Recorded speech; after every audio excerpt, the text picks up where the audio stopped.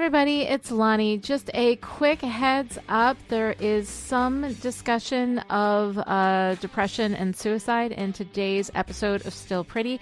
If that is something that is a problem for you, that's fine. Just wanted to let you know up front. Thanks so much and hope you enjoy the show.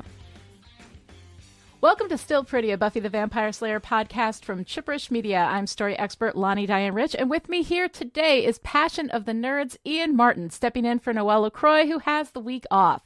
Ian, how you doing today? Slightly over-caffeinated, but none the worse for wear. Thank you, Lani. Thank you for having me. Oh, and I just wanted to mention in advance, I'm happy to be here, but I am home on a Sunday with a 4- and a 2-year-old. So if you hear the little pitter-patter of tiny feet above me, we'll just need to go ahead and pretend those are reindeer. Right, we're in a Christmas frame of mind, even though it's, like April or whatever. But so it's very much like Christmas in Southern California, then. Very much like that. Ian is here with me today to talk about Amends, the 10th episode of Season 3, which aired on December 15th, 1998, and was written by Joss Whedon and directed by Joss Whedon. It is not a coincidence that I asked Ian to do this episode with me. Ian's Buffy guide on his YouTube channel, Passion of the Nerd, is amazing, but I think my favorite of all his reviews is Amends. So when Noelle needed a well-deserved break, I grabbed him to co-pilot with me. Well, I appreciate that. My channel can best be summed up as everything I need to know about life I learned by watching television, but really Buffy the Vampire Slayer. There's a handful of most important videos for me on the channel, and Amends is definitely one of them. Mm-hmm. A note to listeners, Still Pretty reserves the right to pull references from anywhere in the entire 7-season run, and as such is fully spoiled. If you haven't seen all of Buffy and are sensitive to spoilers, then you should probably go watch the series all the way through and then come back. The last time you got complacent about your existence, it turned out rather badly. So let's go on patrol.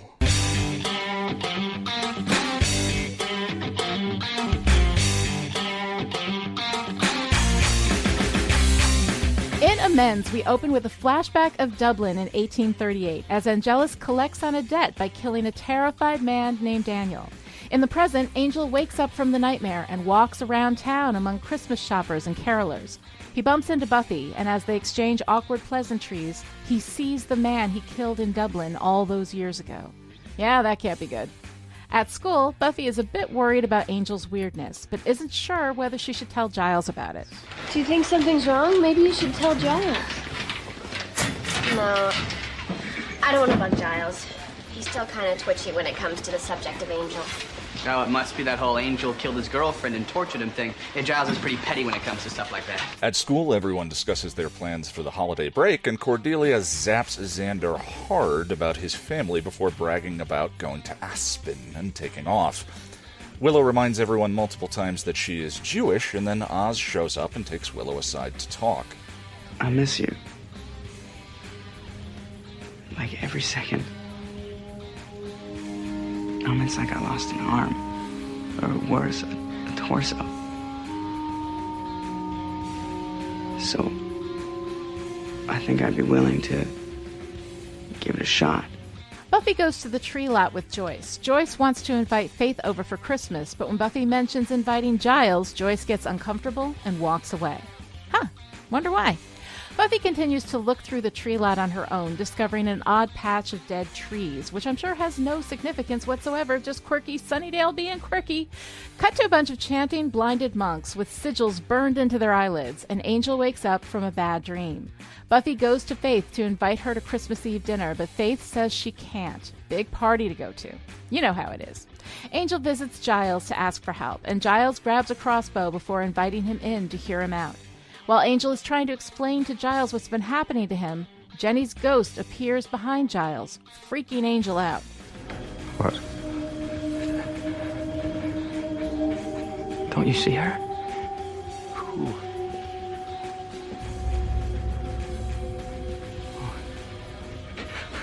I can't. Angel goes home and falls asleep, then dreams of a ball where Angelus killed a maid named Margaret. After killing her, he looks up and sees Buffy watching in horror. Angel wakes up from his dream with a gasp, and Buffy wakes up as well. She was in the dream. Angel gets out of bed and sees the ghost of Jenny Calendar, who taunts him for a while, then transitions into Daniel. Buffy goes to Giles the next day and reports her dream, asking for Giles' help. He agrees. Xander and Willow show up to help, and they all hit the books, trying to find out why Angel is back. Meanwhile, the ghosts continue to torment Angel. Buffy falls asleep at the library, Angel on the floor, and they each dream of having sex. In the dream, Angel turns and bites Buffy as a blinded monk watches. Angel wakes up to the ghost of Jenny Calendar telling him what to do. Take her. And then you'll be ready to kill her. Giles discovers the source of Angel's torment, the first, as in the first evil, older than everything that is evil, and eviler than everything that has ever been. Something like that. Anyway, the first uses blinded monks called bringers, or harbingers, to do its evil bidding, and Buffy recognizes them from her dream. Buffy goes to Willie the Snitch to find out what he knows, and he says the bringers are underground. Great. Meanwhile, Willow and Oz have a date at her house while her parents are out of town, and Willow's got the candles out and the Barry White playing, and she's ready to, well, you know. We're alone, and we're both mature, younger people, and so we could. I'm ready to, with you. We could do that thing. Oz appreciates the gesture, but tells Willow that she doesn't have to prove anything to him. And does this guy say the wrong thing? Like ever? No. Because he manages both to turn down Willow's offer and not make her feel bad about it. And we need to figure out a way to factory produce Oz's. Across town, Joyce and Buffy are having Christmas Eve dinner when Faith shows up, ready to hang out. Buffy goes upstairs to retrieve gifts and finds Angel in her bedroom in full-on freakout. Buffy tries to help him, but the first is there wearing Jenny Calendar and trying to get Angel to kill Buffy. I know that you're confused. I think you're the one who's confused. I think you need to. She wants you to taste her.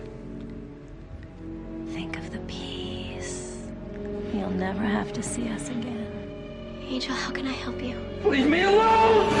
Buffy leaves Faith to watch over Joyce as she goes to Giles, desperate to help Angel, and he asks if she can kill him again if she has to.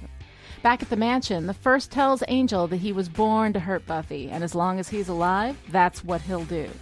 He says that he doesn't need to live. All he needs is sunrise, and he heads out into the night. At Giles's, the research turns up useful information. Nothing grows above the bringers. Buffy heads out to the Christmas tree lot and busts through the ground beneath the dead trees. She finds the bringers and kills them. And the first as Jenny shows up and tells Buffy that Angel will be dead by sunrise. She searches for him and finds him on a cliff overlooking Sunnydale. She tells him about the bringers, about the first, but he doesn't think that's the point. Angel, please, you have to get inside. They told me to kill you. You were in the dream, you know. It told me to lose my soul in you and become a monster again. I know what it told you. What does it matter? Because I wanted to! Because I want you so badly. I want to take comfort in you.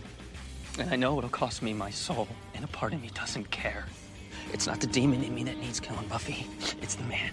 Buffy begs Angel to go inside. He tells her that he's weak, and she says everyone's weak. And then he says, oh, fuck it. It's the best run of dialogue in any show ever. Let's just go ahead and play it. You're weak. Everybody is. Everybody fails. Maybe this evil did bring you back. But if it did, it's because it needs you. And that means that you can hurt it. Angel, you have the power to do real good. To make amends. But if you die now, then all that you ever were was a monster. Angel, please, the sun is coming up. Just go. I won't. Do you think this is simple? You think there's an easy answer? You can never understand what I've done. Now go. You are not staying here. I won't let you.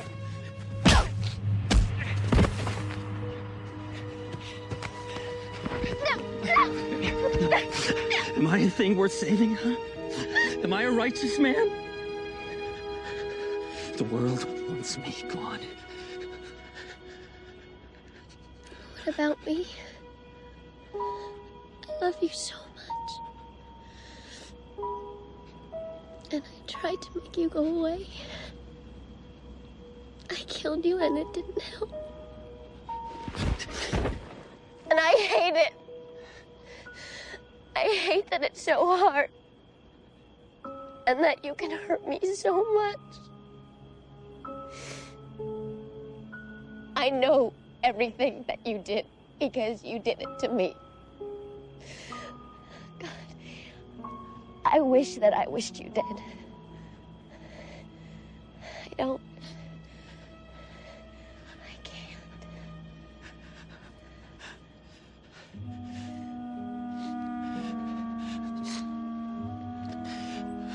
Buffy, please. Just this once. Let me be strong. Strong is fighting. It's hard, and it's painful, and it's every day. It's what we have to do, and we can do it together. But if you're too much of a coward for that, then burn. If I can't convince you that you belong in this world, then I don't know what can.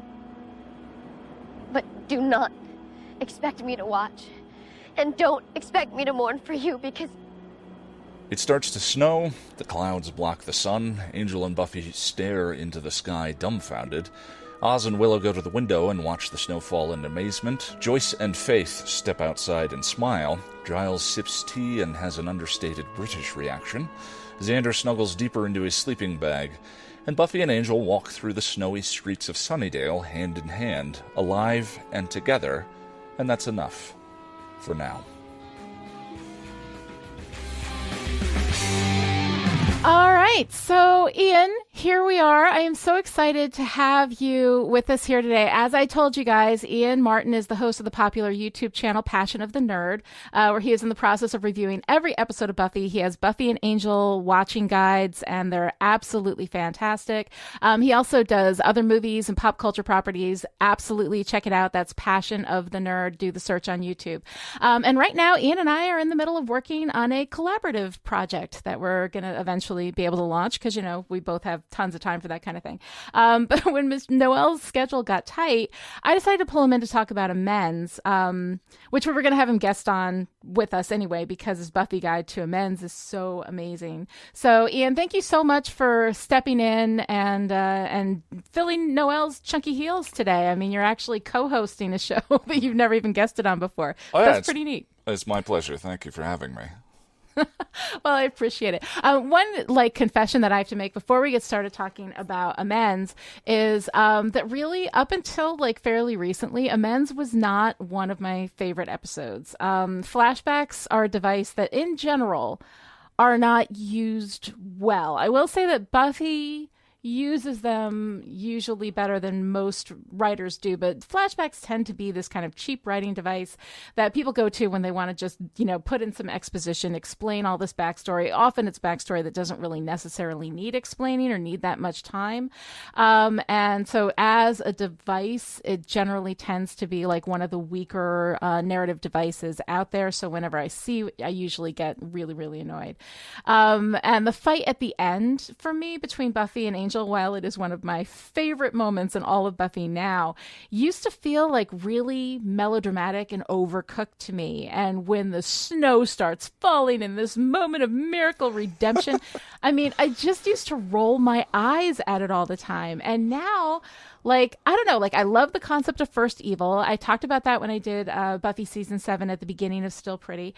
And it's still one of the concepts that I really, really love. And I'm glad that they kind of, they brought that back, or they will bring it back. It was interesting here and interesting enough, I think, that it deserves to be the big bad of its own season, especially because it's the most evil that has ever eviled, which feels like kind of a big deal. But now all the stuff that seemed so melodramatic is really deeply touching. And even this snow in a heat wave miracle ending doesn't bother me the way that it used to. And I'm curious about your response, Ian. How has your feelings about Amends changed over time, or is it something that you loved right from the start? Well, a little bit. I think that there's a quote by Whedon that I was trying to find the original reference for, where he says there will never be a very special episode of Buffy, right. Referring to the fact that she's never going to have a caffeine pill addiction for one episode, Saved by the Bell style, or... right, well, we did have Beer Bad. We did have Beer Bad, exactly. I mean, that's always been, ever since I've heard that quote, it has struck me over and over again how many very special episodes of Buffy there actually are. Right. And certainly the Capra-esque Ebenezer Scrooge for Angel journey through his bad deeds Yes. is a very special episode of the show. I mean, Yes. the show kind of abandons Buffy's perspective to some degree in favor of Angel and what he's been through. But the truth is that I kind of like schmaltz. Yes. And so even when I was just considering the episode surface style without having written a script about it or looked into it any further, I really kind of loved it. The melodrama at the end of it is very hardcore Angel speak, but once there's a philosophical context applied to it, it kind of breaks my heart. Strong is fighting, lands like a ton of bricks. Mm-hmm. But I get it. I get it. Definitely. I don't know. The very special episode phenomena is kind of a strange one, isn't it? Beer Bad was the episode they wrote to receive government money.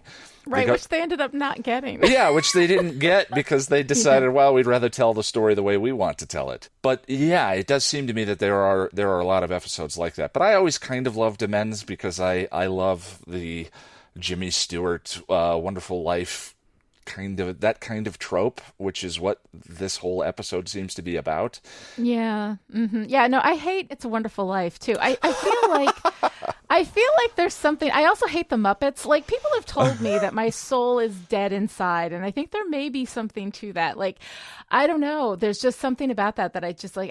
It's a Wonderful Life makes me cringe every time. The stuff that like is so close to the bone is so difficult for me. But the more time I spend with Amends, the more I like it. And then I watched your review, and I'd actually like to have you do like the quick run, like, I mean, seriously, guys, this is insane. He brings in Camus, he brings in Sisyphus, very, very cool stuff. So would you mind kind of talking about your response, like your overall philosophical response to Amends? Well, I wanted to say, I think what you're describing is whimsy. It's very, very, the Muppets are very whimsical. The episode is very, very heavy on whimsy. Yeah. Flashbacks on Buffy are very whimsical, sort of just by their nature. Yeah, they can be. The other odd thing, too, is that my subscribers and I in chatting have noticed a rule of thumb, and just kind of generally speaking, we feel like when there's an episode heavy on flashback, it's generally one of the better episodes, becoming part 1. And what's the one in season 5 with Spike? Fool for Love? Fool for Love. The best episode ever. Episode ever, but it's incredibly heavy on flashback. And it is, but there's purpose to it. Like, right. So, I mean, this is the thing. Like, I teach screenwriting, and so because I work with a lot of beginning writers, like before they've had the bad habits beaten out of them, you end up getting a lot of that kind of stuff where people just go to flashback for exposition, and right. it's cheap and it's lazy and it's all of these really terrible things. You have to kind of beat that out of people. So I've been teaching writing for so long that whenever I see a flashback in any context, my first response is, "Oh dear God, this shit again," right? And sometimes it's legit. Like, I think that over in Angel, we use flashback a bit too much just because we want to see Darla. And you know what? I get it. I want to see Darla too. Yeah. Like, I will go back in time to see Darla, and I appreciate that. But it doesn't really do much for the story itself. Whereas in Fool for Love, it's the whole point of the story. So I think that you can legit use it there. And Amends too. Amends absolutely has a narrative purpose for the flashback. So it gets a pass as well. And it fully gets a pass. Like, the flashback here is completely legit. It's good.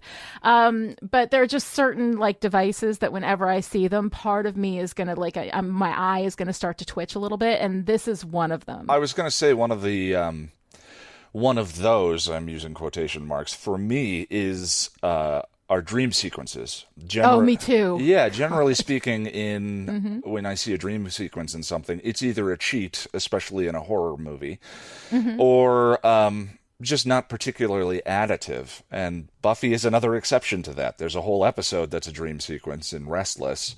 And to me, that's one of the more artistically fascinating episodes of the show in the way it informs the character. It's just a character study.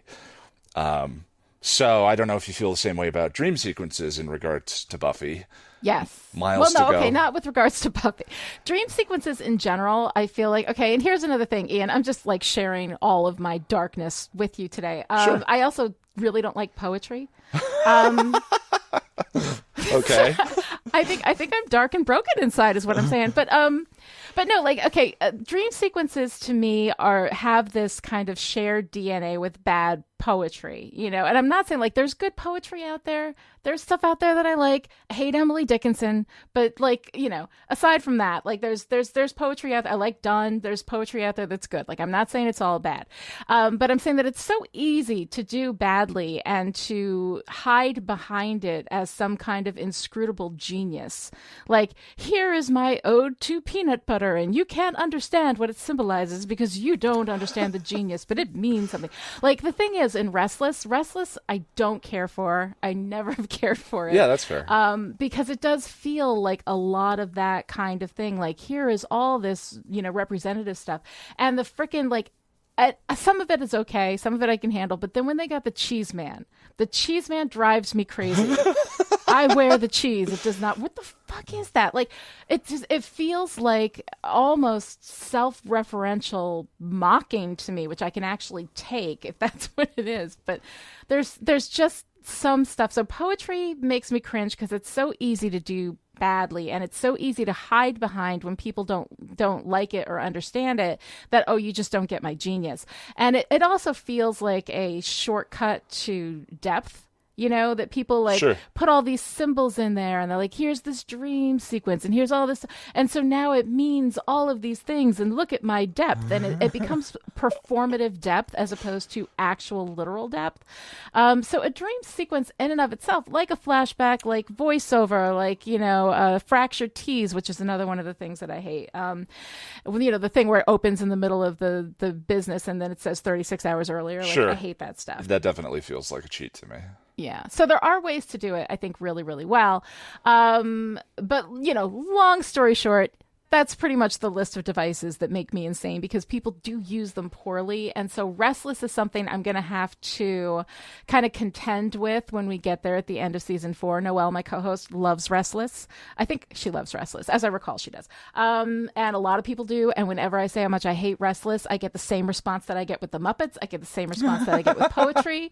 Your soul is dark and black, Lani. What is wrong with you, Lani? And I'm just saying, it's just, maybe that's true. Maybe my soul is dark and black, but it's just how I feel.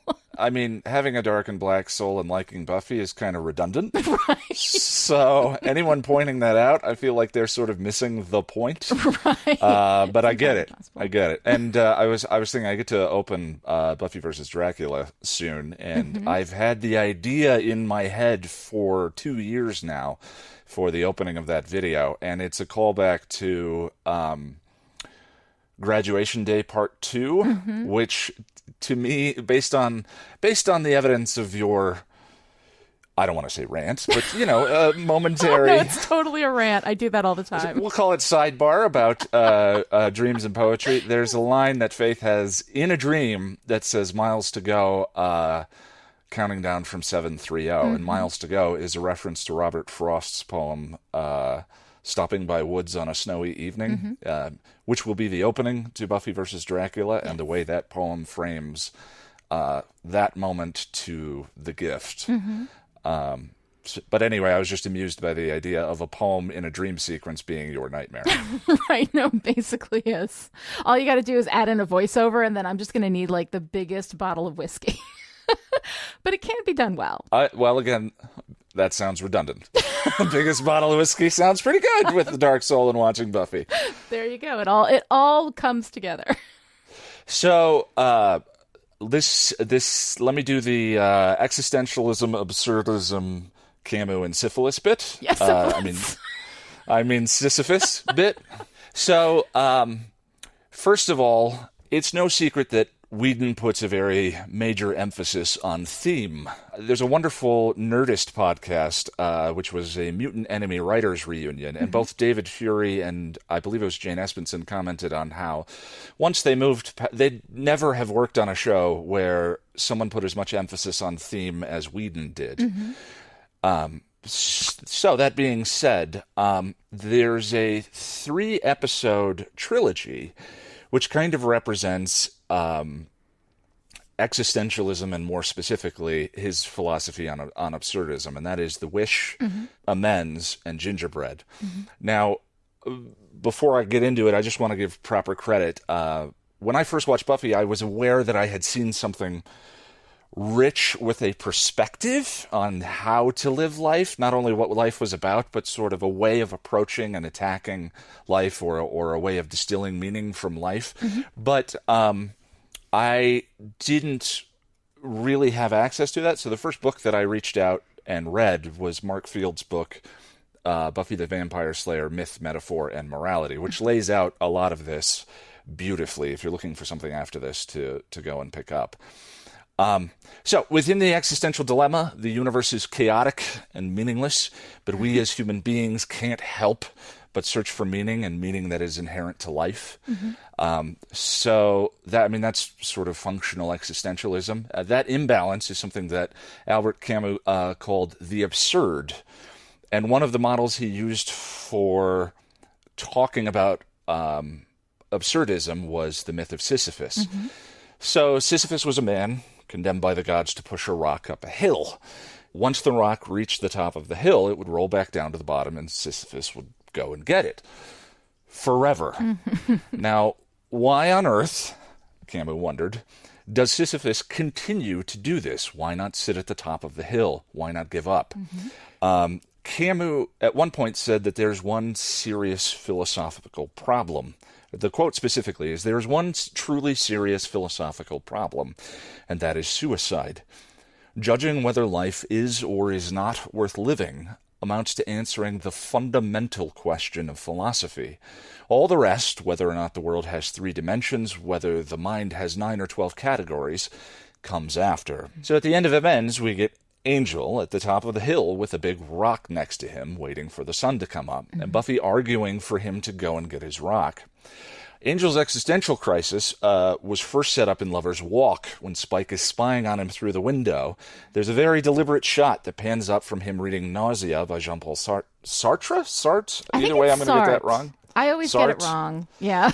And Joss said in the episode commentary for the Firefly episode, Objects in Space, that book was the most important book he'd ever read. And in Amends specifically, Angel says, "I need to know why I'm here," which is very self-evidently the quest for meaning. What is the meaning? What is the purpose? Why are we here? So Camus postulated 3 answers that we have to that question, and that's what gives you the existential trilogy here. With The Wish, Amends, and Gingerbread. So the first was suicide, and that's Amends. But he kind of threw that answer out the door because suicide renders your life absurd. It doesn't answer the question of meaning so much as eliminate it. Right. And that's referenced by Buffy's line at the end, "If you die now, then all you ever were was a monster." Since sort of Buffy's rock is being the Slayer, monsters are the chaotic universe. And if Angel kills himself, then that renders his life just part of the chaos and noise of the meaningless universe. Existentialism is not mutually exclusive with a belief in God, and so Kierkegaard was a very famous existentialist. And so the Camus' second solution was the leap of faith. Not necessarily a leap of faith in God or a belief in that, but a belief in something unseen. And so you get that in The Wish with when I'm drawing a blank all of a sudden. Anya. Anya, thank you. When Anya when Anya says to Giles, how do you know the other world is any better than this? He says, because it has to be. He has no visual evidence. He has no proof that what he's about to do is going to make the world any better. He has faith that it's true. He's not able to see what the world was like before Cordy's wish. Right. Mm-hmm. So that's suicide and the leap of faith. And the third option is embracing things, the meaningless universe, but continuing the hunt for meaning regardless. And that's Gingerbread. So in Gingerbread, Buffy and Angel are having a conversation, and Buffy says, Angel says, I do know there are things worth fighting for. And Buffy says, but we'll never win. And Angel says, we never will. That's not why we fight. We do it because there are things worth fighting for. So there is no intrinsic meaning. There is no destination. There is no arrival. It's the fight itself that is the value. It is the search for meaning that creates meaning in and of itself. And my way of thinking of it was, by embracing things as they are, we free ourselves from the despair over how they are not. Gradually accepting that we as human beings are compelled to search for meaning in a meaningless universe allows meaning to arise from the hunt itself rather than the destination. And that's the existential trilogy and sort of how that was layered into these 3 episodes. It's most evident in Amends, which is the Whedon written and directed one, of course. Yeah. But it's no coincidence that Camus had those 3 ideas and these 3 episodes all line up the way they do. It's really funny because I'm going to talk about this like in the next episode when we talk about Gingerbread. But that one scene in Gingerbread, which is I feel a substandard episode. It's a very season 2 episode, is the way I would put it. It's not great. It's weird, and I will absolutely, we're going to talk about that next week. But there's that one scene, that one huge philosophical scene, which, by the way, like underlines everything that Angel the series becomes, right? Because Angel is always about the why. He's about the philosophy. What does it mean? What it is never as important to him as what does it mean? And so it's really interesting because I had never really thought about those 3 because I know nothing about Camus aside from what you just said in this thing right here. So I love that, the way all that lines up with these ideas of philosophy. And I do think that, you're talking about how, Jane Espenson was saying that no other, showrunner has been so involved in theme or a theme has been such an important part of telling the story. And I think that may actually be a big part of the reason why Buffy is what it is, because what it means is so important. Yeah, I mean, I think that's one of the reasons why it has such a long tail. What it is to be a teenager and the challenges that they face and all of that is certainly now dated. I was wondering what Buffy's Instagram account might look like and what Xander might be tweeting about. Sure. But the conversation about what makes life worth living, what makes life meaningful and rich, is timeless. And I think that's one of the reasons why the show has such a long tail, other than brilliance in many other regards. Yeah. No, it's incredible to be able to kind of pull all of that out. And I also love the fact that Go Get Your Rock has kind of become a thing, with your community over on your channel, that Go and Get Your Rock is this really important, kind of call to doing the thing, whatever your thing is, do that thing. Yeah, well, like I said, I think that my shtick, such as it is everything I need to know about life I learned by watching television. And so the first part of that is sort of the academic analysis, talking about Camus, talking about existentialism, talking about psychology. We do a lot of psychology. But then tying it back into the melodrama. I mean, the emotions are sort of what make all of that digestible. Yeah. So that scene at the end when she says strong is fighting, if you apply that to once you have these ideas in hand and you apply strong is fighting and you hear her say that emotionally and it shakes you up, it's easier to see the value of these ideas in your own life. Oh, yeah. And so I have sort of an existential track of videos through, a philosophical track of videos through my own channel, Lie to Me, Amends. And in 5x5, I talk about my own reason to go and get the rock. And I just love that, like you said, people who follow me now know what that means. Yeah. And I've had many people tell me that these videos were their impetus for going and reading Camus. And for your listeners, by the way, The Myth of Sisyphus, I believe, is a 3-page essay, and it is gorgeous. So if any of these ideas interest you, that's a good place to start. All right, great. Maybe we'll all do a little reading on the Discord channel and everybody can read Camus. It'll make me feel a lot smarter. I don't know anything about it. So it's one of those things that I really want to start learning about because there's so much of it. It's so applicable, especially to somebody who's consciously pulling those threads in the way that Whedon is. And it gives me a whole new element of Buffy that I can appreciate now. Well, that's the wonderful thing. I mean, I've read some Sart, and to me it reads like stereo instructions. There's the blueprint, the diagram of how to live, and that's tedious. Camus' writing itself is gorgeous. Oh, good. And I included in my Amends video a few quotes of his. So that's a good place to start. But I first was lit up by philosophy in college myself, and I think it's one of those things that even people who say they don't realize that they use. Yeah. Because the question of how to live a meaningful life and why is life worth living is something that everyone has to answer on a fundamental level. Right. And so to do it within the context of fiction is disarming. And that's why it's so beautiful in the context of the show, because, you walk up to someone and you say to them, what is the meaning of your life? They're like, what are you doing on my doorstep? Leave me alone. And they slam the door in your face. But when you ground that context in characters that we love and care about, and you offer at a particular perspective, it opens us up to say, well, how does this apply to me and how does this apply to my own life?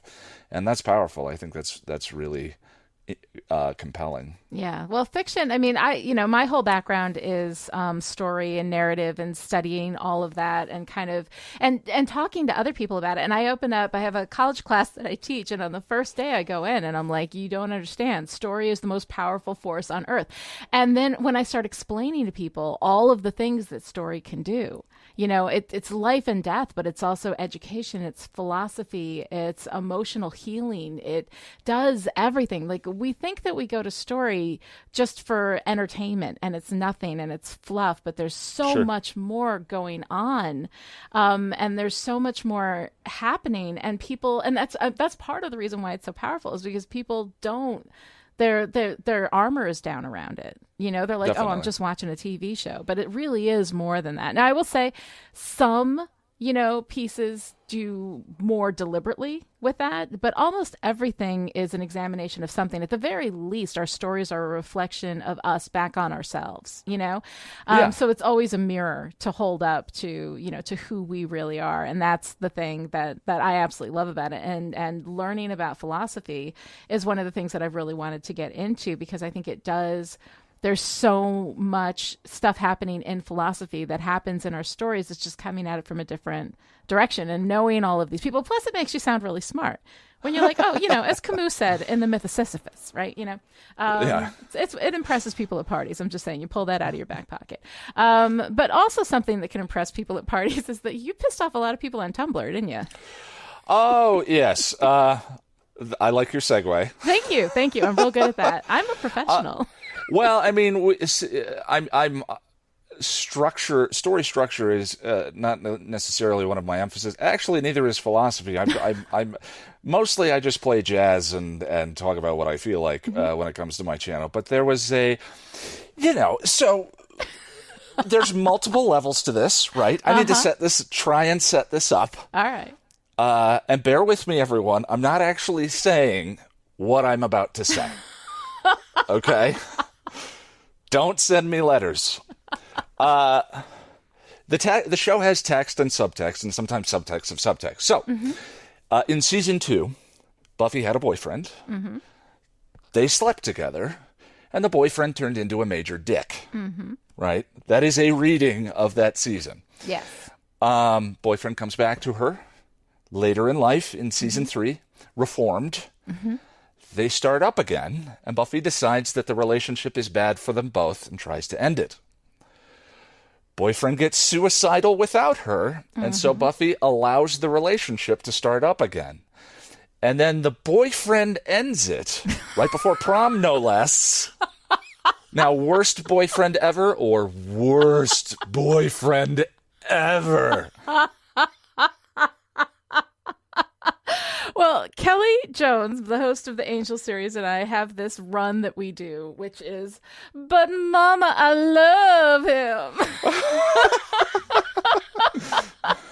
And I think that's kind of what this comes down to. I mean, yeah, like on its face, you look at that. That's, I mean, first of all true, no lies detected. Exactly, right? All true, right? Yeah, yeah. And even Whedon has said there's Innocence has a wonderful episode commentary, and there's a behind the scenes for that one. And he's talking about how that's the scene where Angel has no shirt on and says Buffy seemed like a pro in bed, which is a horrible, dark inference. Mm-hmm. Is echoing the boyfriend who was just in it for sex and then sort of gets bored and goes on his dickish way. I don't know how to end that sentence in particular. So sort of carrying that model through I get the specifics that we need to consider, but broadly speaking, it also kind of highlights one of my issues with season 3, which this episode is the beginning of, and this is really my only issue with this episode itself, and that is that it feels like a regression of Buffy's character a bit in the name of getting Angel to his show. Yeah. I love her bit at the end of Lover's Walk. It's very powerful. She's taking control of the situation where she's been sort of acting purely on impulse. And she says, "We're not friends. Tell me you don't love me, and that's the only way we can spend time together." And then, I get why those priorities would change after Amends. Right. I get why a loved one in crisis would alter your priorities, certainly. Right. But it gets to the point in the prom where she's talking about their life together, their future together. We're back in season 2 when Reptile Boy, when she's leaning against the gravestone and says, "Angel, when I look into the future, all I see is you." Right. And I find that a little frustrating, I guess. No, I absolutely think you're right. The end of Lover's Walk is so great. "Tell me you don't love me." And that, of course, is a reprise of the line that they had in I Only Have Eyes for You, right? Right. "Tell me you don't love me." And so then there's this moment, of course, where Angel is in crisis. And the thing is that on its face, boyfriend threatens suicide, girlfriend goes back to him, then he's terrible. Like, that's all terrible, and it is unfortunately something that happens a lot. Sure. But because in Amends, he isn't threatening suicide to get her back. He actually intends to kill himself to save her. Because you were born to hurt her, and and you will always hurt her. That's what you will always do. And the only way that he cannot hurt her is by killing himself. It also isn't his decision to not die. He stays there. It's a miracle. Yeah, he does not. That was something I forgot to mention in the existential trilogy. Is he does not make the choice. Yeah, he doesn't get up and leave. It begins to snow. Thank you, powers that be. Right, which is a whole other thing, because choice is always more powerful in narrative. Choice is everything. Absolutely. But so the fact that his choice doesn't change, and then her choice is like she admits that she loves him. And so this is a moment where she says, I love you. I wish I wanted you dead.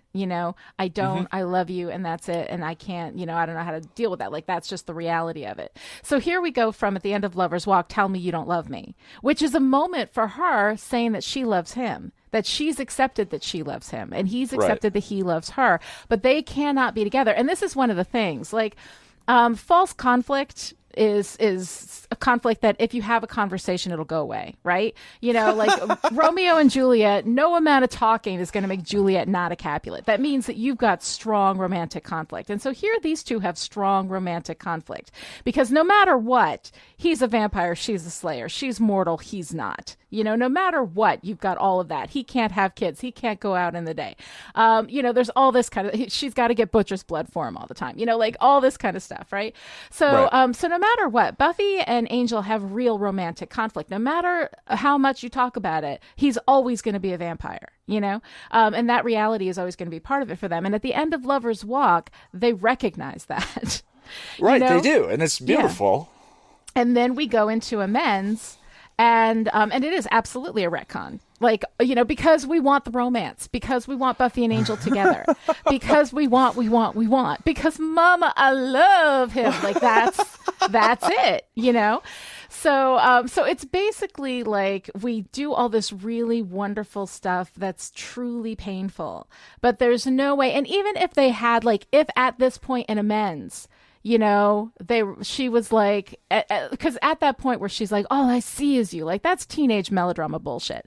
But if this was something where it's like, look, I know this milk's got an expiration date, but I need this milk, like for right now, for this moment. If they had like a discussion or something where they said, we know this can't be forever, I can fool Giles, I can fool everybody, but apparently I can't fool Spike. And we're going to have a moment where the mayor also brings this up to them. Yeah. These are not two stupid people. Like, they know they have no future together. And there's something really wonderfully bittersweet about saying, I can't not be with you. I love you. I understand that this is only for now. I understand this can't be forever. So when she starts picking out, nursery room curtains toward the end of this season, like, I understand why Angel's like, yeah, this is not going to work. Like, this is going to be, Buffy knows more than that. Buffy has grown more than that. Buffy has realized more than that. Like, so it is a complete retcon, I think, of her character at this point. But for them to be together, all you'd have to do is have her acknowledging that this is necessarily going to be a temporary situation. Well, that's always been my frustration is I'm like, God damn it, it's her show. She should be the one to leave him. Yes. Yes. Hashtag cookie dough shipper. Like him leaving her, to me, I don't know if it's a protective thing. I don't know exactly what it is, but since the show is so, the thing that you said that stands out to me is that storytelling is always more powerful with choice, and that's why existential philosophy is such a beautiful tie to the show, is because it's all about meaning in life arising through choice. And whenever a character says, I don't have a choice, you know that they're doing the wrong thing. Right. Oz in Wild at Heart, or Willow After Terra. Right. But it's a call out. It's a philosophical call out. So for Angel to make the choice at the end in the prom just bugs me to no end. Now I was not at all serious about worst boyfriend ever. Of course, I get it. Although you do have it, like, no lies detected. Like, that is what happens. I mean, you got a point. Yeah. Well, I mean, you point out he doesn't try to kill him. I was being deliberately misleading in the way that I laid out the story structure. He does not threaten to kill himself because Buffy broke up with him. Right. Mm-hmm. So the idea is, you mentioned Angel's show. The Amends and Gingerbread, to me, have always been Angel the Series episode 0. Yes. Mm-hmm. It's the setup for his theme, for the theme of his show, for the idea of redemption. Mm-hmm. And there's a line in Angel says to First Jenny, it wasn't me. A demon isn't a man. I was a man once. And that's this whole episode is very important for understanding Angel's series, as you said. Yeah. Mm-hmm. That is denial. Yeah. A vampire is not a demon. A vampire is half man, half demon. And so the episode suggests that there is a part of his past that he needs to be responsible for. And that gets into the scene with Giles and all of that, which we should talk about.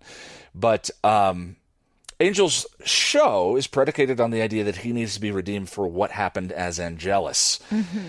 Which by itself, I think, can be a tough pill to swallow. So sort of story-wise and structurally, I wanted to bring that up as well with you. Is the Manchurian Candidate responsible for the assassination? Right. Are Angel and Angelus two separate entities, as we see in Orpheus, or are they the same? You know, what is Angel's argument that it wasn't me, a demon isn't a man? Is that viable? And I was curious for your thoughts on that. You know, it's something that I've wrestled with a lot because I try to work with just the text, like what is actually in the text, because whenever I get into like extra textual stuff, like, you know, what Joss Whedon thought or whatever, I'm full on in death of the author camp, you know, like whatever's in the text is what I'm going to read. And I think that we get a lot of contradictory things within the text regarding, you know, the responsibility, because when you're possessed by anything else possesses anybody in the Buffyverse, they get a free pass. Like Xander possessed by hyenas, it's fine that he sexually assaults Buffy, right? We're good with it, you know?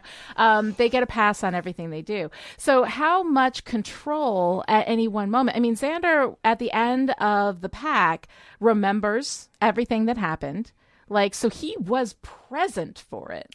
Sure, you know? and Xander has a couple of lines in the pack that indicate that possessed Xander is being driven in part by Xander's personality and his memories. Going after Buffy is one of them, but he also acknowledges that he knows about Willow's crush in that episode until Willow stops kidding herself that I could be with anyone but you. Right.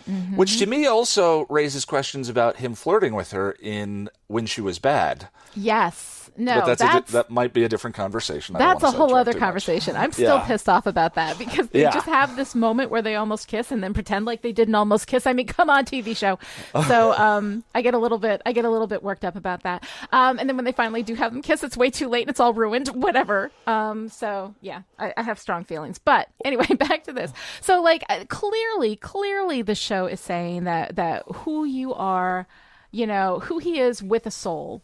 You know, Angel with a soul is responsible for what Angelus does, that there is no difference, even though a vampire really is being possessed by a demon. It's not just the loss of the soul. You know, we put everything on the soul. Like the soul is the thing that makes you good. But, you know, we clearly have humans doing bad shit all the time. I mean, even at this point, before we even get to the trio from season 6, we have Ethan Rayne, you know, who's out there causing all manner of trouble. We have bad people doing bad things who are just mundane humans being awful all the time. So they have souls. So what that comes down to is the soul is clearly not the arbiter of goodness, but rather the thing that gives us a choice. Is that it? That without it, we don't choose? Because, of course, once again, choosing is everything, right? So if you look at Angel, at no point does he choose to be Angelus. At no point does he actively choose and say, yeah, with full knowledge of the monster that I'll be, let's do it. You know, he gets bitten by Darla. You know, that is a violation. He is killed. He is brought back. He is Angelus. He is a huge monster. And then he comes back and he gets cursed. He's got his soul and he can't live with it. And we see him for a while trying to be Angelus, even with the soul. So given a choice, he wants the simpler life. He just can't do it, you know? So by the time we get to our Angel, you know, in the now of the Buffyverse, whether or not other people hold him responsible isn't really what it's about. It's about the fact that he holds himself responsible.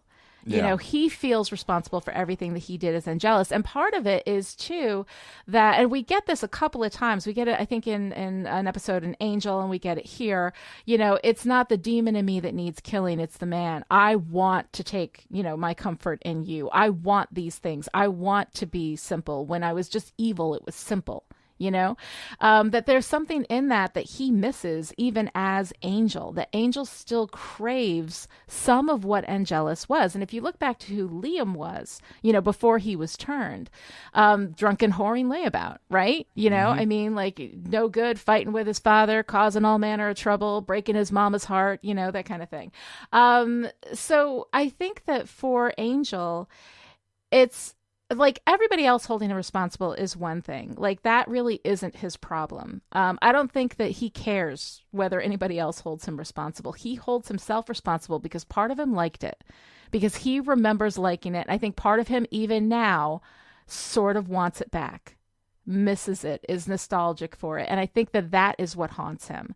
And I get that from very, very thin textual evidence once or twice throughout the run of the season, where he says stuff like that, both series, So I think that essentially when it comes right down to it, if we're talking about guilt and redemption, that the desire for guilt, the desire for redemption, the desire to make amends comes from within. And here we have, like, Xander, Willow, Giles, all, people that Angelus hurt. Giles being, one of the ones he hurt the most, all stepping in to help Angel because they separate Angelus from Angel. He's dangerous because if he has a moment of perfect happiness, we're all going to be dead again. We're all going to be in danger again. But they are actually able in this episode, without him asking them, to help. And they're doing it for Buffy. But, they're also, that is an act of forgiveness for him. But he doesn't feel that because he can't forgive himself. And that's my read on it, specifically with regard to Angel. It's an expression that he's worth working for, worth saving. Yeah. Am I a certainly. righteous man? Am I a man worth saving? Yeah. Yeah, I mean, I think the show further complicates things primarily through Orpheus. That episode is the seat of the soul, or seat of identity versus, is the soul the seat of identity versus is the soul the conscience? Yeah. Monkey in the wrench, so to speak. But without that episode, I think it's very clear that, especially when you consider Spike and season 7 Spike, that it is conscience and free will. The funny thing is, the way that I eventually grokked to Angel's feelings about himself, and if we, the audience, argue, he didn't have a soul, so why not, was through a different piece of fiction. I'm a big MCU fan, and there's a scene in Captain America Civil War where Cap and Bucky are flying to the Antarctic at the end of it. And Buffy says to Cap, Buffy. Bucky says to Cap, I don't know if I'm worth all this, Steve. Yeah. And he was the comic book Manchurian Candidate. And Cap says, all those things you did all those years ago, you didn't have a choice. And Bucky says, I know, but I did them. Yeah. And that is what unlocked, to me, Angel's quest, is Bucky and Angel can't separate themselves from the events. Those memories are not Angelus's. Those are Angelus and Angel's. And so for him, and they make it clear that the vampire is driven by the desires of its human host. Xander is the hyena. Xander is driven by Xander's desires. Right. Angel wants to take comfort in Buffy, but Angelus in season 2, when he first shows up, is driven to torment Buffy. I can't remember the exact phrasing of the line, but he says she loved me, and that's not something you just forgive. Yes. Something to that effect. Yeah. So, Angel's desires and Angel's perspective of the world is partially driving the vampire at all times. So that was eventually how I came around to redemption versus atonement and all of that. Yeah. No, I think it's really great. And in this episode, it's so interesting. I think my favorite kind of representation of this sort of, sense of forgiveness comes when he goes to Giles. right? Because Giles is the guy who knows, and Angel knows something's happening. And he goes to Giles, and I love this whole bit from the second Giles opens the door until Angel runs out. It is so fantastic. It is a breath-holding scene. Oh, my God. I think you hold your breath from start to finish. And just when you start to relax, Jenny shows up. Jenny shows up, and it is so heartbreaking. In the outfit that Angel killed her in. I mean, let's not forget, all these people are wearing what they wore when Angel killed them, you know? Yeah, Giles is wearing the shirt that Angel tortured him in. Oh, see, I didn't realize he was wearing the same shirt. Yeah. Oh, my God. No, it's so... But, like, Giles opens the door, there's Angel, and Giles has this look on his face, of course, you know, and then Angel needs help, and Giles not just says, okay, you stay on that side, but invites him in. I mean, he's got the crossbow. You know, he's ready to kill him, you know. I'm aware of that. But invites him in. And that, oh God, that feels to me like such a powerful moment of grace to see Angel suffering after what Angel did to him. You know, not killing Jenny is part of it and torturing him is the other. I mean, it's terrible. The experience and the trauma that Angelus put him through. And yet, when Angel needs help, he invites him in. And while everybody helping at the library, I can see that being about Buffy, this isn't even about Angel. This is about Giles and who Giles is. And God, it's beautiful. It's a very, I mean, getting back to the philosophy, it's a very distinct choice that runs contrary to maybe his impulses for self-preservation, his selfish impulses, his hatred of the person who killed the woman he loves. Yeah. He makes a choice contrary to his own self-interest, in the name of good, in the name of, you know, meaning and a better world. Yeah. So it's a very powerful example of what Angel is not doing, I suppose, at the end of the story, that Buffy is urging him to do. You know, Buffy's role model, Buffy's father figure, invites him in this, you know, terrifying little scene. And yeah, it's wonderful. Yeah, no, it's so incredibly great. And I love, too, that we have Angel coming to him and he's, why? I need to know why I'm back. Why was I brought back? You know, because that's always, of course, the most important thing for Angel, you know. And then Giles has this beautiful line, to be blunt, the last time you became complacent about your existence, it turned out rather badly in the all-time competition for best understatements ever. But like this scene right here is the whole reason why I have such a crazy crush on Giles. Giles is like wonderful, and every time he's so strong, he's so together, but he's also, you know, he has his own darkness, you know, and we see that. We're going to see that come out more and more and more, you know, as we move forward in the seasons. And of course, one of my favorite Giles is scruffy sweater, you know, unemployed Giles from season 4. That's Yeah, I mean, he doesn't say, hang on while I go and get a crossbow to make sure that you can't do anything to me. He waits to make a point. And that speaks to a power, that speaks to the Ripper, I think. That's a highlight, as you said, that's a highlight of the darker aspect of Giles. I'm aware of that, he says, walking out with a crossbow is just wonderful. And then he says, and the funny keeps on coming when Angel says, I need your help. It's just so great. It is honestly one of the best, you know, best scenes ever. And this is the thing about Joss Whedon. Like, Joss Whedon, you know, a lot of people have strong feelings about Joss Whedon for a lot of reasons. He makes people feel a lot of ways, you know. And I understand a lot of that, and I have complicated feelings about Whedon. But when Whedon wants to, like, nail everything, like he can basically cook up, you know, conflict in a spoon and just inject it right in, you know, with such incredible like deftness and efficiency. And this is one of those examples, like everything that happened between Giles and Angel, you know, we know, but like, even if you've never seen the show before, if you watch this, you can get enough, you know, to understand the history there. It's so incredibly like well done. And this is the time, like it's when Joss Whedon does stuff like this that I'm just like, oh my God. I mean, it's amazing. the scene feels very powerful, but perfectly effortless. Mm-hmm. That's always something that I'm surprised by in Whedon's writing, is it's so tight, but everything feels exactly where it should be. The beats in that scene are so perfect. The reveal of Jenny, and then the multiple layers that it's kind of working on, what with all the same clothing. Just the very idea that Giles can't see the woman he loves anymore. Yeah. Oh, but God. Angel can. Mm-hmm.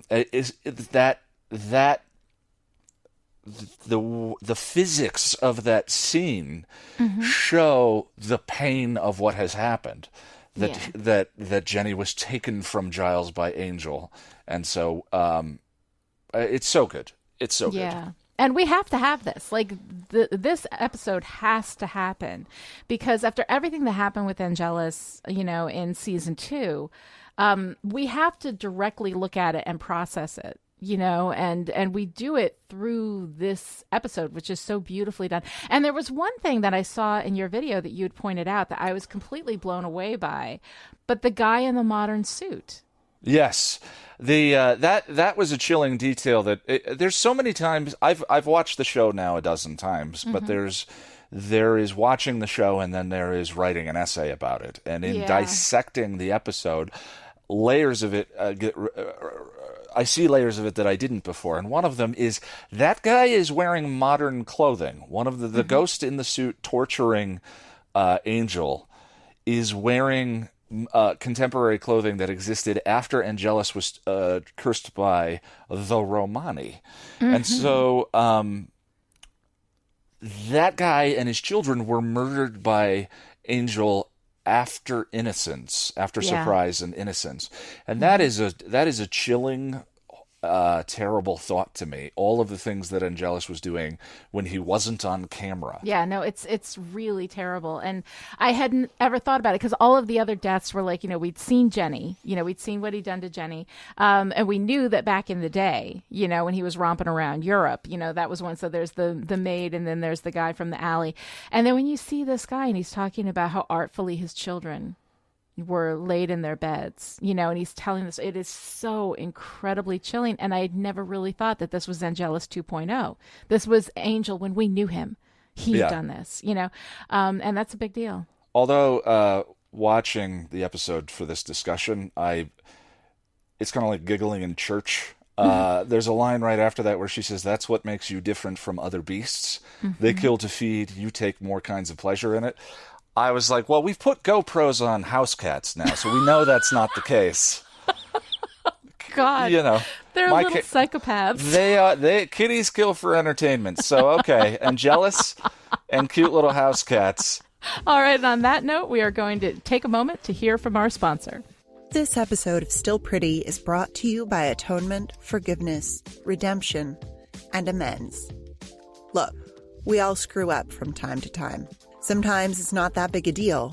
You forget a friend's birthday, or you cancel on plans at the last minute because you'd rather be home with a pint of Ben & Jerry's and Game of Thrones, or you get a detail wrong on a Buffy podcast and no one ever lets you forget it.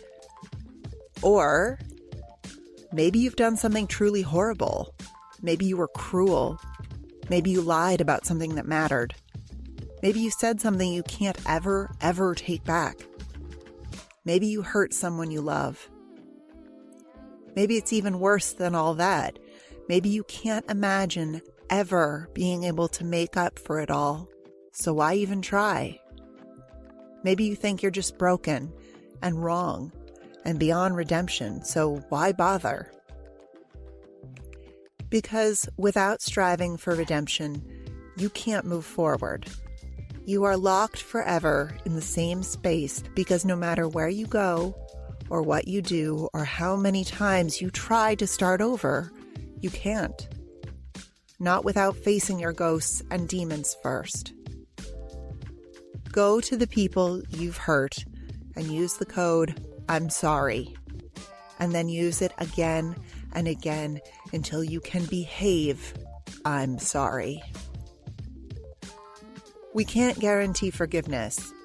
That's up to the injured parties involved.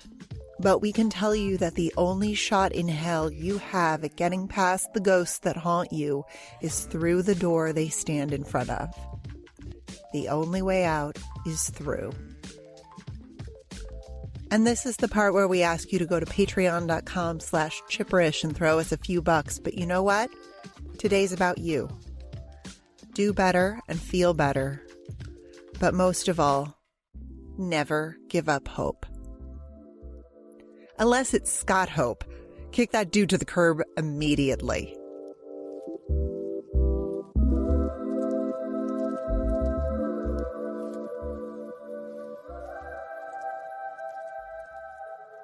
Oh, right. So, Ian, we've got a little bit of Buffy and Faith, of course, which is one of our favorite things to talk about because Buffy and Faith and how much incredible fun they are.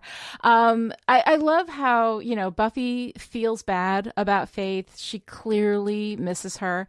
And it was at this point I realized we haven't seen Faith since Revelations, since that ending at the end of Revelations. She's just been out there on her own, dealing with the aftermath of that betrayal and humiliation with Gwendolyn Post.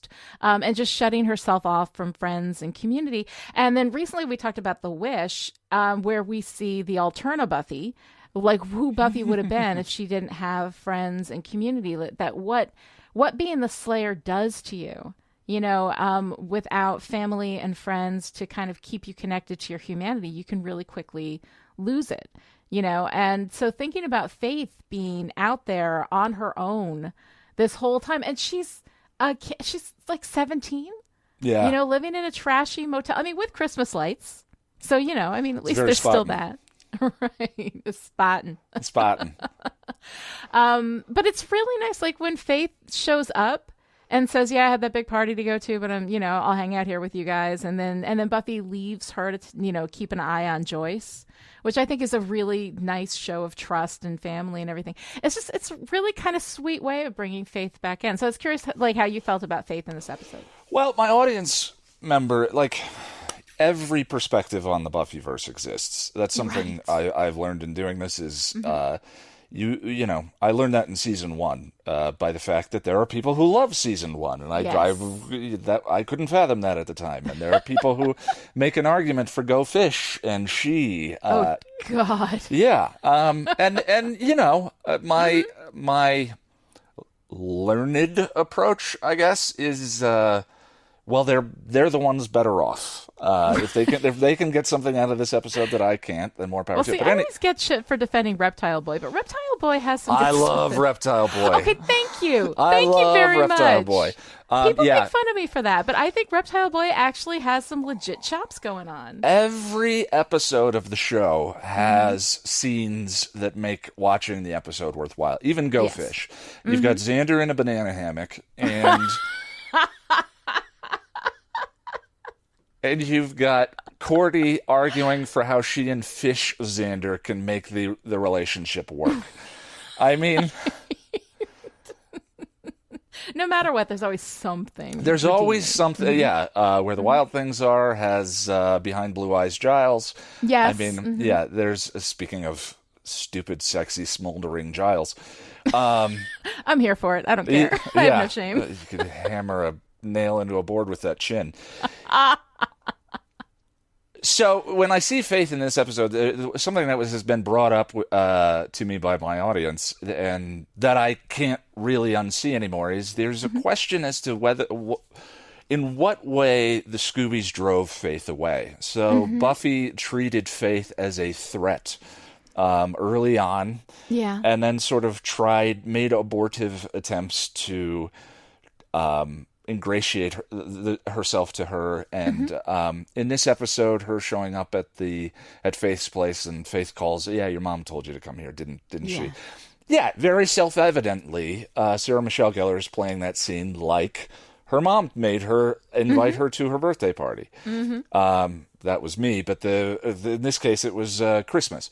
Right. So, watching this episode, I think about, well, why is she in the hotel? Why not Dawn's bedroom? You know, Right. like there are. Why didn't Joyce think of that? The first That thing was a big ass house. You're going to tell me there's 2 little there's bedrooms in that? tons of space, and Joyce even says, talks about the sad rundown motel in this episode. Yeah. The first thing the mayor does when Faith joins his team is put her in a nice place. Yeah. With a PlayStation and a bed and all of that. The first thing he does is support her and try and take care of her. And that's what I think of during these kinds of Faith episodes is it doesn't make them responsible for her choices, but certainly they could have tried harder. Well, yeah, it doesn't make any sense to me that here is this 17-year-old kid, you know, no parents, no watcher of her own, you know, kind of like as from the perspective of the mom, from the perspective of Joyce.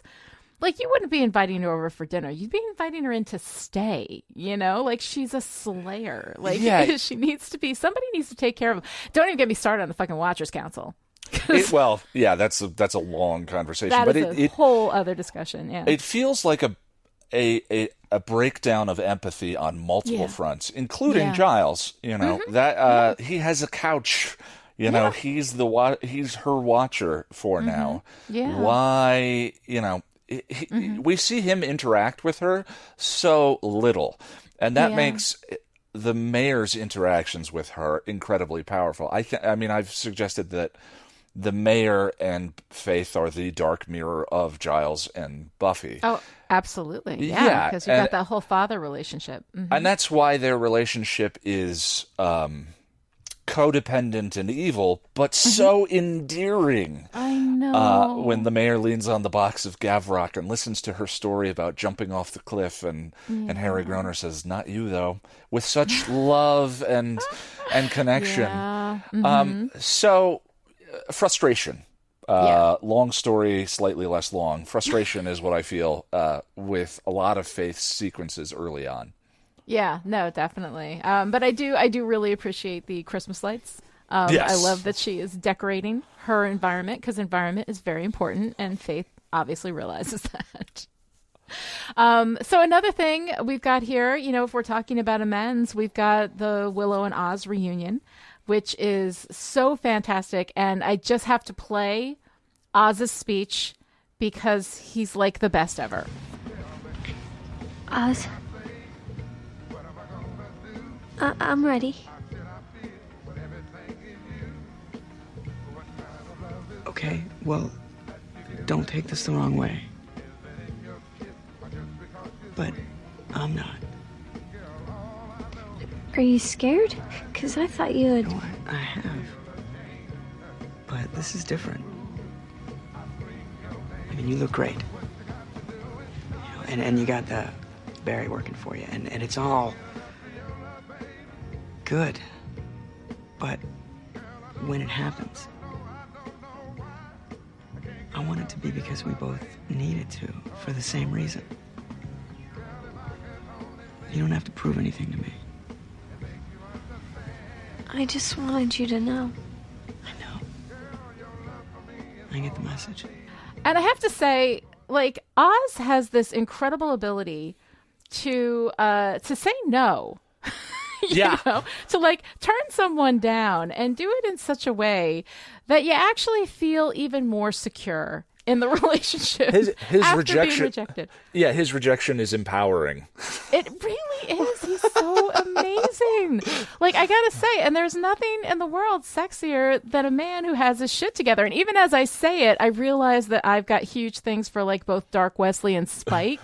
So, you know, there's different shades of sex. But I gotta say, like, Oz is so incredible and so good and always has the right thing to say. And he's almost, I don't know, is he too perfect? So Oz or Dark Wesley? So a man who has his shit together or a man who has his shit completely broken and on the floor? Got it. I'm taking notes. He has his shit in the closet with a bucket. Like, that's... Dark Wesley's got some issues. The bucket. I forgot about the bucket. Oh my God, I'll never forget about the bucket. Yeah. That's yeah. Yeah, so the scene, the other scene was in Surprise it's in Innocence when Willow asks if he wants to make out, and he says no, and says, "Don't worry, it's okay, I can wait." And then and then this scene where it's just like, we should all be so lucky as to be rejected by Oz. How does he do it? He's just, and I think it's because it's like, it's always about, it's not that he doesn't want Willow, it's that he wants Willow at the right time in the right moment without having to like prove anything. And in the first instance, she was, proving something to Xander, that it was about Xander, Sure. And in this, it's about proving that she is his and just his. But I mean, when she says, "I'm ready, we can do that thing," like. If you can't say the thing, you're probably not ready to do the thing. Probably not ready to do the thing. And instead of pointing that out, which I think is the reasonable thing to think at that moment, he's like, no, he just gives her this whole thing. Like, it's so beautiful. It's so wonderful. And Oz, as perfect as he is, I usually don't like perfect characters because often it's a like performative capital G good. Where it's like, I am the white hat and this is identity, But with Oz, everything feels so genuine. Like he just understands things on a deeper level. And I don't know, like I want to go to the Oz school of how to handle your relationships. Like he's so good at it. Yeah. So we were thinking Ozzy Sue. I don't know if the term fits, but is it a problem, especially on a show sort of defined by characters who are always making mistakes and learning from them? I don't know if it's a problem. I think that what I like about Oz is we don't have any other characters that have their shit together as well. I mean, even Giles. Like Giles has got more grunge on him than Oz does, And I think that Oz, being very specifically who he is and playing the role that he plays, it's okay. I think that if he were a protagonist, we wouldn't get enough kind of, conflict mojo coming from him, Sure. to be able to like run a show on it. But as a background character, as a side character, as Willow's boyfriend, like I think for me it works. What do you think? Well, I think I would date Oz if he were a real person and in the real world. So I don't really feel qualified to answer that question. Yeah, Oz makes me ask uncomfortable questions of myself on a regular basis. I think it gets back to in these sorts of discussions, it seems to me like that terms themselves get demonized. Trope, cliche, Mary Sue, so on and so forth. And that's just wrong. Using those things, Gunn is very much either a stereotype or a cliche when he starts on Angel. But it's about where they go, the journey of the character, what happens, or what they provide to the story. Is that meaningful and valuable? And I think Oz, as a foil for Willow, neurotic bag of anxieties, Willow is perfect. And like you said, it works because he's not a main character. Right. Putting him in the driver's seat, you'd have to figure out, he'd be a little too much of a paragon. You'd have to figure out. Yeah, you'd have to traumatize him a little bit. Right. Yeah, which we do a little bit in season 4. So, I mean, by the end of season 4, by the end of his run anyway in season 4, he's got a little more, he's taken on a little more water. But right now, he's just the most perfect thing ever, which conflicts nicely with Xander. Well, hang on one sec. I wanted to bring something up about Oz that I was curious how you felt about this. Okay, go ahead. So, Oz in the realm of perfect. In the realm of perfection, I mentioned he might be a paragon. Yeah. The paragon that springs immediately to mind is Captain America. And the show has an actual attempted Captain America. Oh, God. In Riley. Oh, God. Right? Now, I have a preference there. One of those things is obviously considerably more interesting than the other one. Yes. But there are interesting parallels between the two of them. God. Including where their stories end up.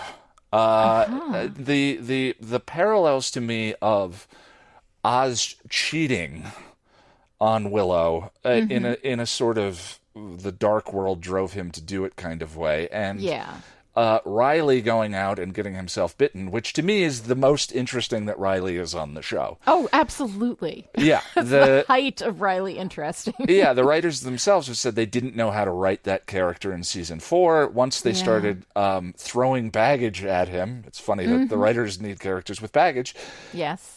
Things got quite a bit more interesting. But I was wondering what you thought of those. One of those was an impulsive thing they had to do in order to get Seth Green off the show. And the other one was Riley. I'm curious about those. Does that parallel elicit anything to you? Thoughts on that?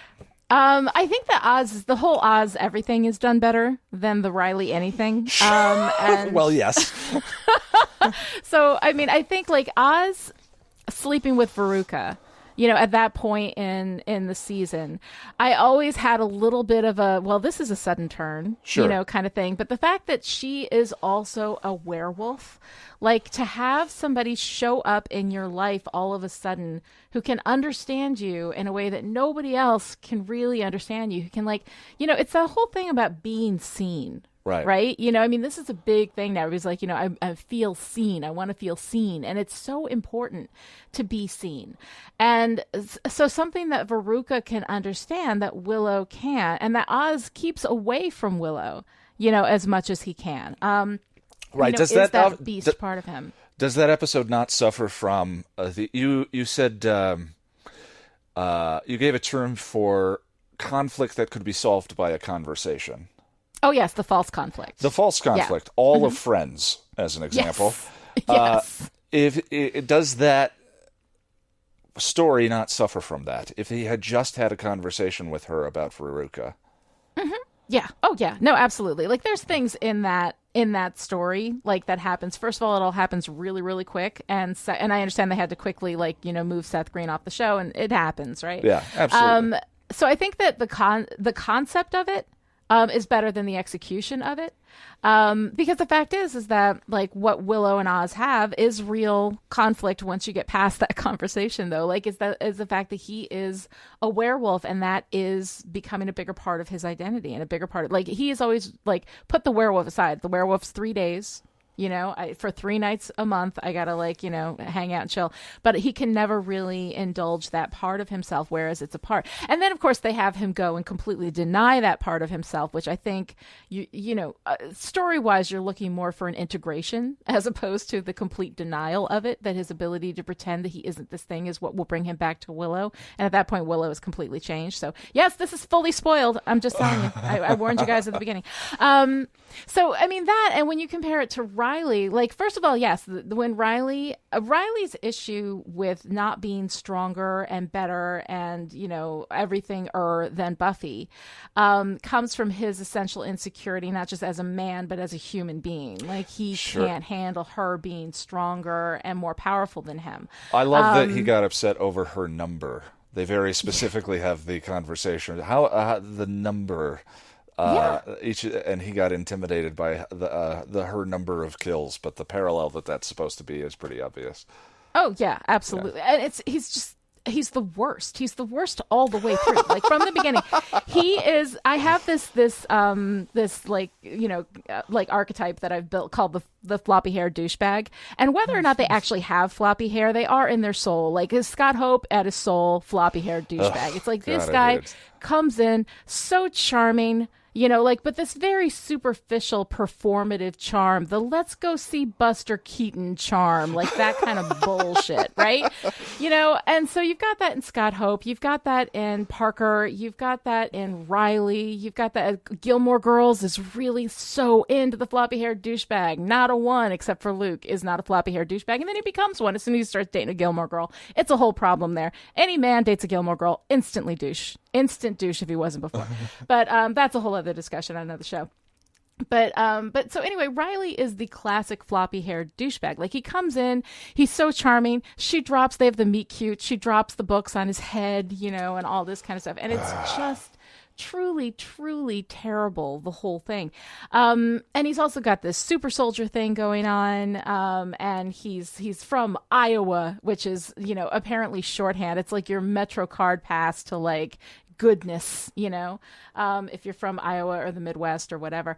So it's all of these things where he becomes this assemblage of, of quirks and personality, but rather than an actual character. And if you could put Riley and Oz next to each other, and the idea that these were created by the same group of people, it's really almost impossible to fathom how Riley happened, Down to the romantic lines. I mean, it's okay, I can wait versus, you really have a lot to learn about women, Riley. It's okay, you're going to teach me. Really? Like, she doesn't have enough to do? She's the Slayer, man. It's not her job to teach you about women. Why don't you go back to the library, Riley, and read a book? Like, do a thing, But I mean, and that's supposed to be romantic. Like, this whole thing. Oh God, it's terrible. That's always one of the questions is like intent versus execution. His masculine insecurity. Was that intended in season 4? It seems deliberate in season 5, but the way they mishandle so many of the romantic lines and it's confusing to me in 4. Yeah, it's Buffy doing well. I think what happened is that they wrote the douchebag in 4. And then in season 5, they're like, well, we have this douchebag appendage that we got to do something with. She needs to excise it. Right. Let's actually textually call out the douchebaggery that he is so insecure because Buffy is stronger than him, Yeah. And the thing is that, like, had Riley been an Oz, right? Because Oz ain't got nothing to be insecure about. No. He's confident. He knows that he's a good person. He doesn't feel like anybody else is better than him. He's not made insecure by somebody else winning does not make him a loser. Like, he's got it together, And Riley, his inability to be around like a woman who is stronger than him, and it's because she's a woman. So there's also all that sexist, internalized misogyny, all that bullshit going on there. I mean, there's so many layers. He is a 7-layer dip of just bad, and every layer just gets worse. Like, the top looks okay, but then you get in, it's like, it's not good. Like, that's what he is. So like, basically they did something with it in season 5 that at least made his damage textual and mostly not okay, except for Xander's stupid speech. Yeah, the speeches. Whatever. Which brings us into the woods, yeah. I mean, that's an interesting point. The thing that I came up with when I was writing about the end of season 4 is how much more interesting that season would have been if you replaced Riley with Xander.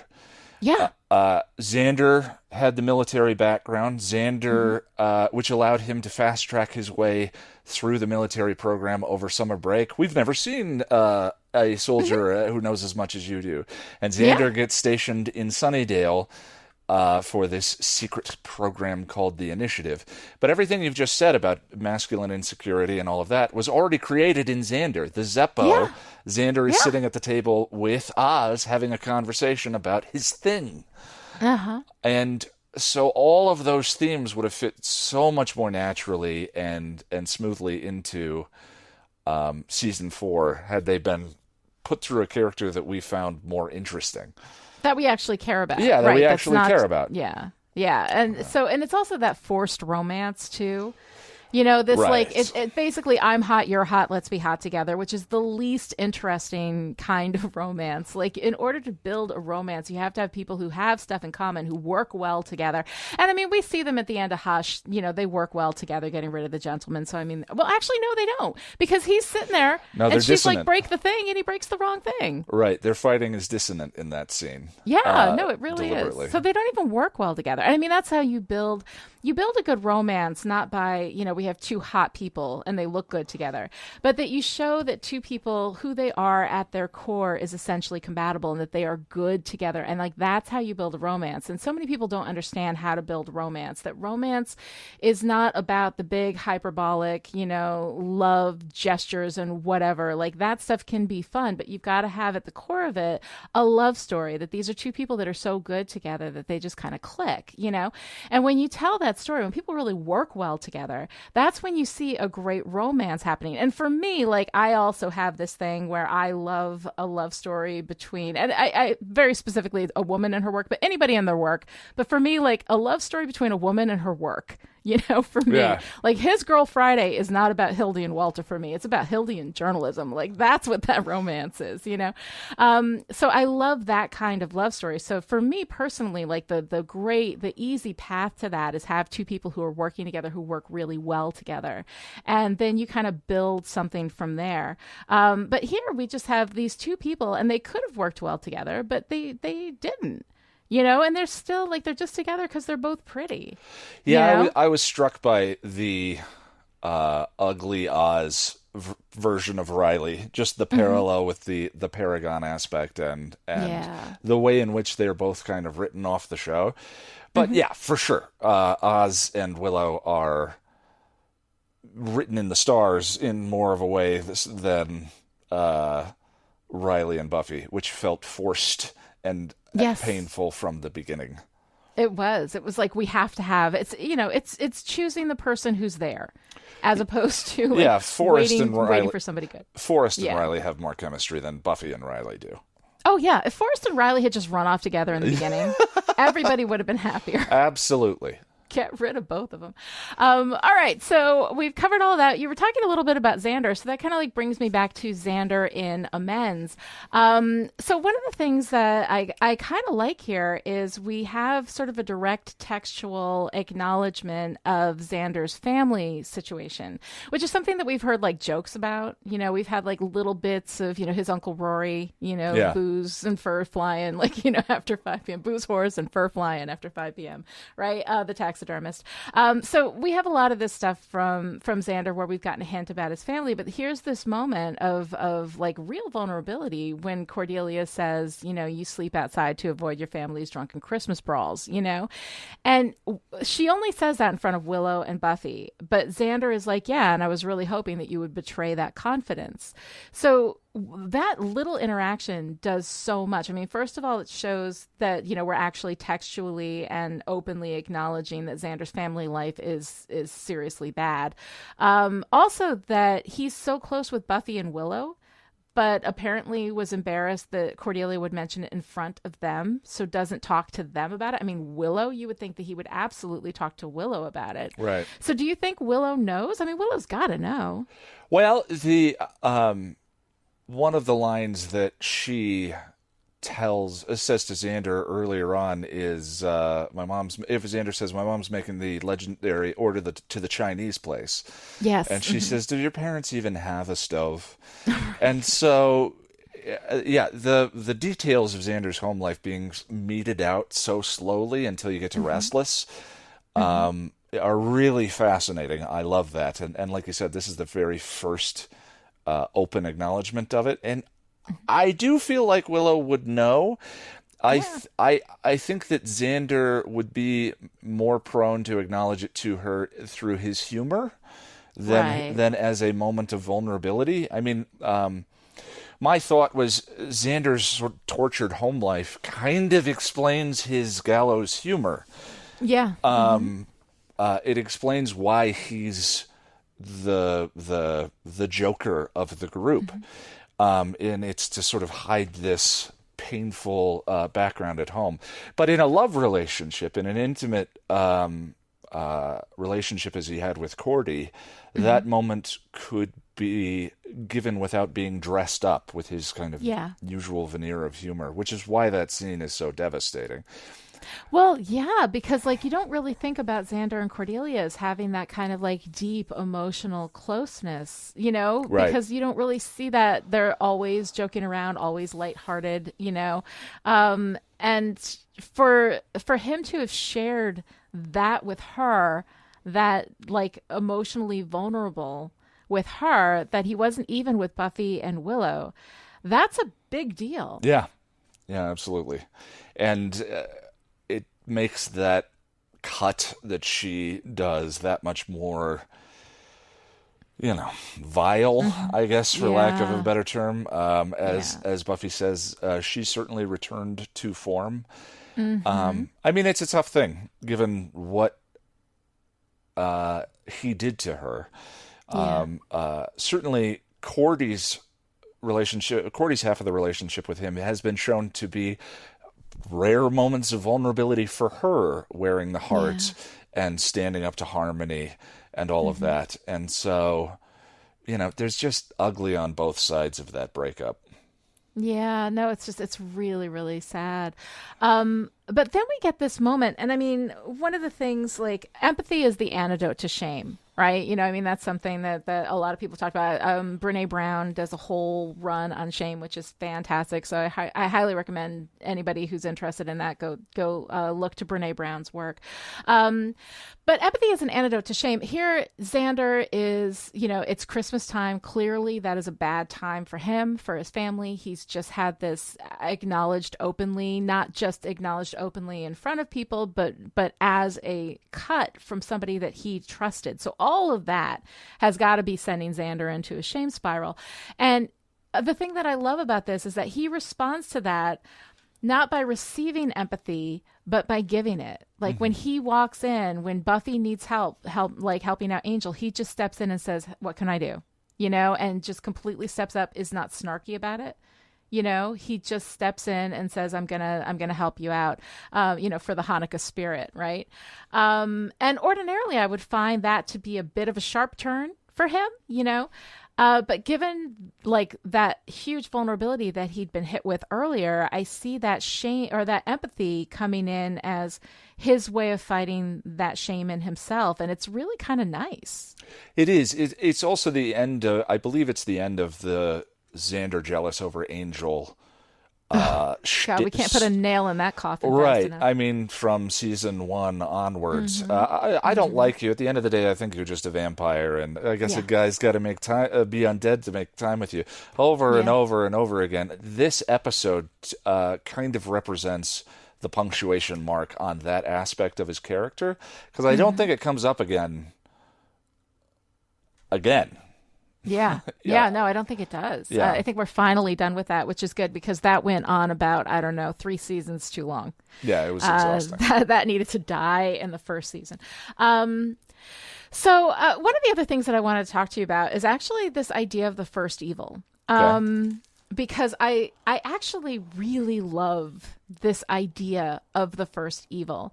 And so the problem with the first evil, and the problem with most like truly evil things, is that the more we see of them, the more that is revealed of them, oftentimes they can be less powerful. Like it's what we imagine that is actually much, much more scary. Like I have a thing with horror movies where I can't watch them because they just, tear me apart. It's horrible.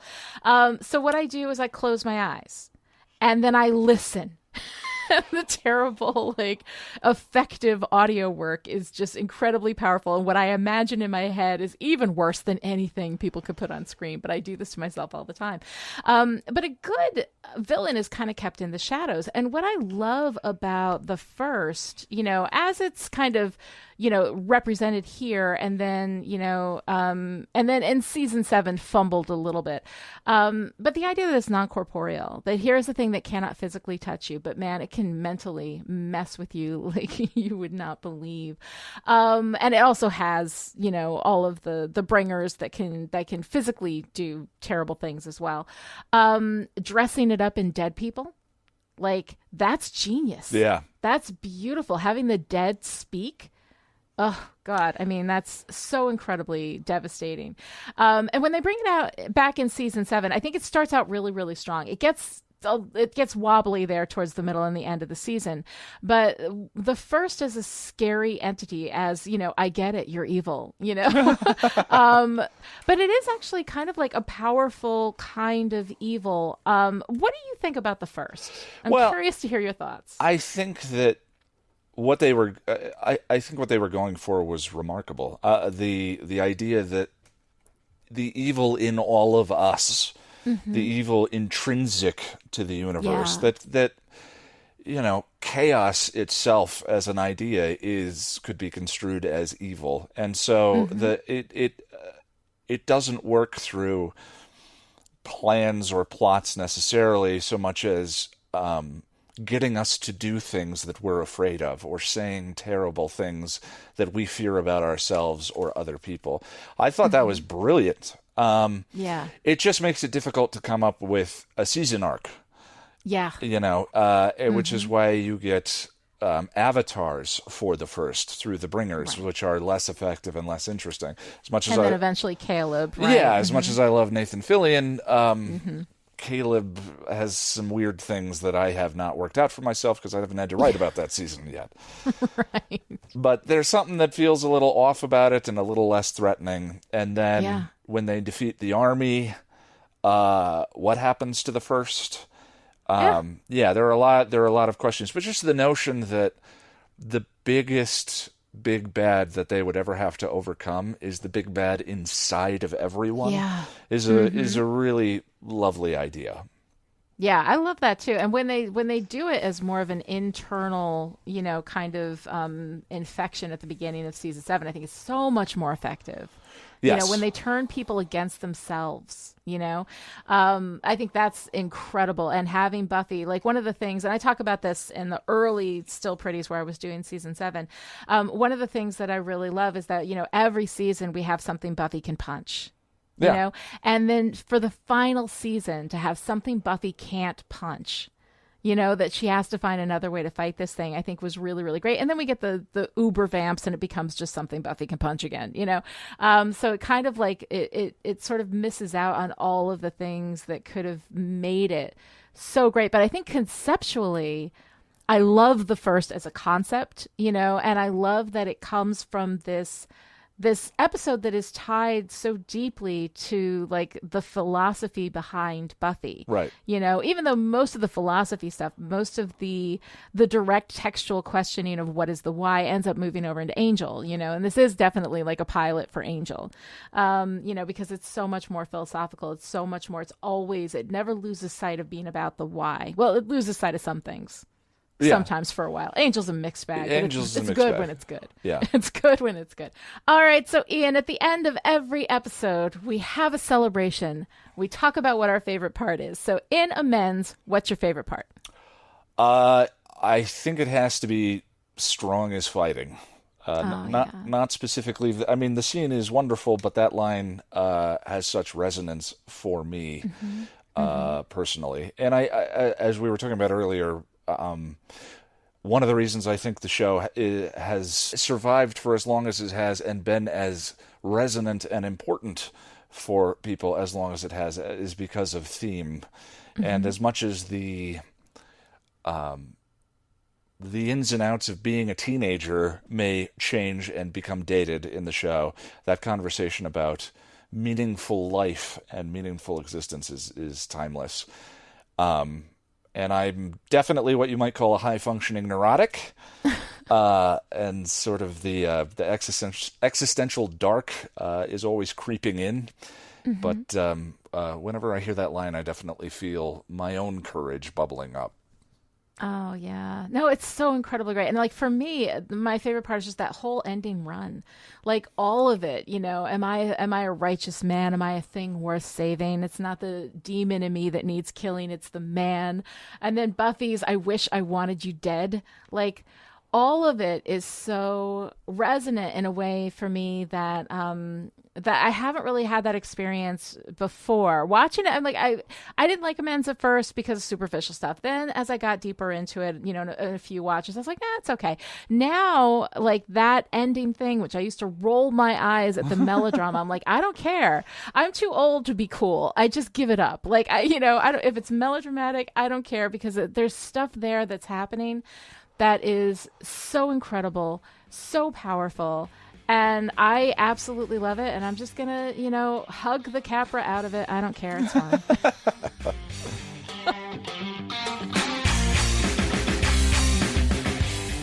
That's it for today. To join in the discussion on Twitter, follow me at Lani Diane Rich and Ian at Ian Nitram. How do you pronounce that? So it's Ian Nitram. It's my name, Ian Martin, with my last name spelled backwards. All right, great. And you can use the hashtag #StillPretty. Ian, thank you so much for joining us today. It was such a great conversation. I really appreciate you taking the time. So can you tell the good people out there where they can find you? I am youtube.com/passionofthenerd. Ian Nittram on Twitter, and that's about it. All right. You can keep Chipperish Media going to the tune of $1 a month or more and gain access to the live chat in Discord where you can hang out with me and Noelle and all of the Chipperish patrons who look great and have the berry working for them. You can also show your support by giving Still Pretty a great review on Apple Podcasts, or by telling your friends about the show, or by throwing Xander a bone and saying he intimidated you. What the hell, right? It's Christmas. We'll be back next time with Gingerbread, the 11th episode of Season 3. Until then, all right, we get it. You're evil. Do we have to chat about it all day?